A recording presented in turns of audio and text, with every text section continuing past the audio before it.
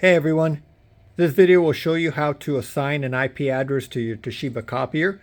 I'll be using one of the newer models, but this should work on pretty much any Toshiba. On the older models, the buttons are different, the layout's going to be different, but it's going to be the same process.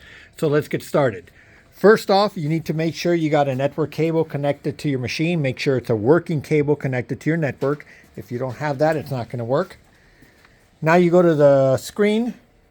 This is the home button. If it's not there, you just hit the home button. You select user functions. You select admin. Touch inside the box.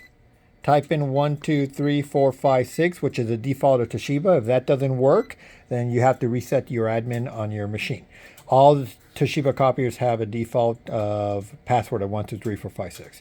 So once you're in here, you select network, IPv4.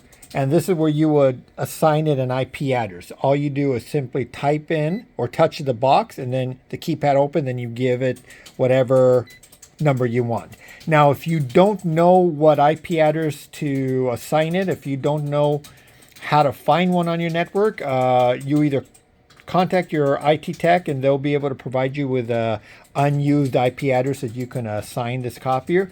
If you don't have an IT tech to consult with, then the last option is to select dynamic and let the copier do it for you. So you select dynamic, you hit OK, apply now, and you can see this went grayed, this grayed out, I should say.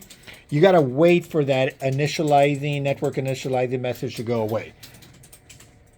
It usually takes up to 2 to 3 minutes, depending on your network speed.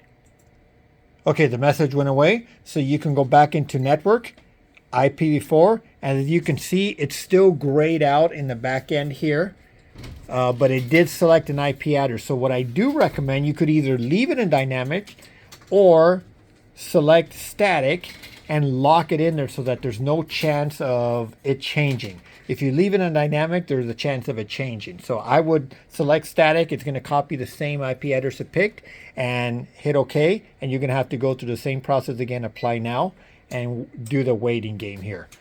So once you have that, you've pretty much assigned your copier an IP address.